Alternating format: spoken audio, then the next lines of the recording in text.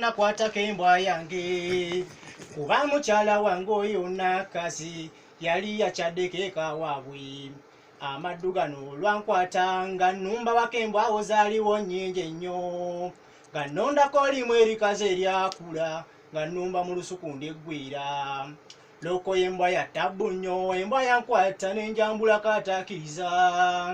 nga ne wenda waayitawo neefunya sikulanga bandaba ate enswali wabula katonda w'amaanyi nnyo omukyala wange raba akola olwalaba okuddeeka bw'atuuka n'ayita abanga abaamuno nga nze ndi mu lusuku ntwakadde nalaba nze bennuma akonzewa kyenava mpita abawanji maama jange oyambe kyabadduka emisindawo okunnona bw'atuuka n'ajjula okwetaffe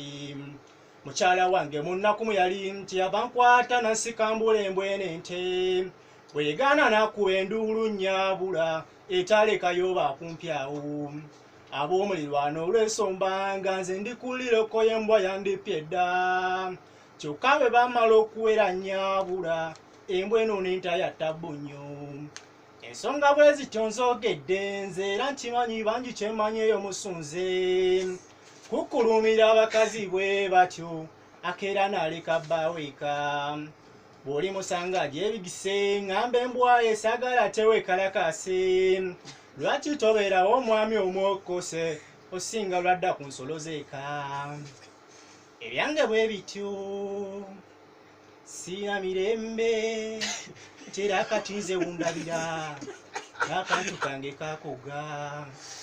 ebyange bwe bityo siina mirembe